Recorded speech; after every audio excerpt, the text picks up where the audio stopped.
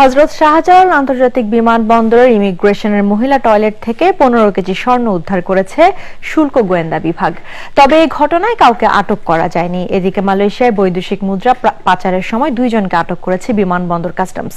অপরদিকে রাজধানীর খিলগাঁও থেকে এক ভুয়া পুলিশ কর্মকর্তাকে গ্রেফতার করেছে পুলিশ। আর গেল 13 অক্টোবর নজরুল ইসলাম নামে এক মানি এক্সচেঞ্জ ব্যবসায়ী হত্যায় জড়িত সন্দেহে 3 জনকে আটক করেছে র্যাব।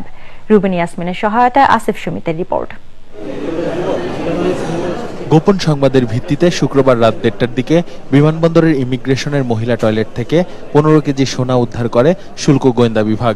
পরে শনিবার সকালে সংবাদ সম্মেলন করে গোয়েন্দা বিভাগ।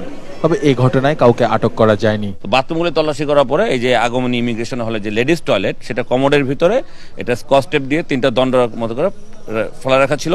পরবর্তীতে আমরা বিভিন্ন এজেন্সির উপস্থিতিতে সেটা আমরা তুলি। আমরা এটা আরো অনুসন্ধান করব, আমরা ভিডিও ফুটেজ নিব, যদি আমরা দেখতে পাই কাউকে আমরা শনাক্ত করতে পারি পরবর্তী আইনানুগ কার্যক্রম আমরা গ্রহণ করব।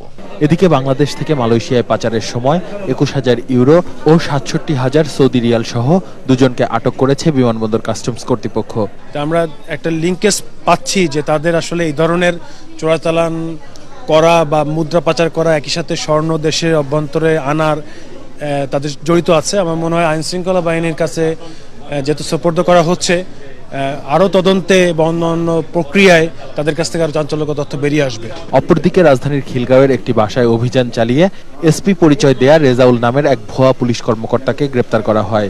সে সময় তার কাছ থেকে পুলিশের পোশাক সহ বেশ কিছু পদবীর পরিচয়পত্র উদ্ধার করেছে পুলিশ। এদিকে রাজধানীর গুলশানের একটি হোটেলে মানি এক্সচেঞ্জ ব্যবসায়ী হত্যার সঙ্গে জড়িত সন্দেহে হেলাল, রকিবুল ও সোহাগ নামের 3 জনকে ময়মনসিংহ থেকে আটক করেছে র্যাব। সংবাদ সম্মেলনে এ তথ্য জানান র্যাব 1-এর অধিনায়ক লেফটেন্যান্ট কর্নেল মাসুদ।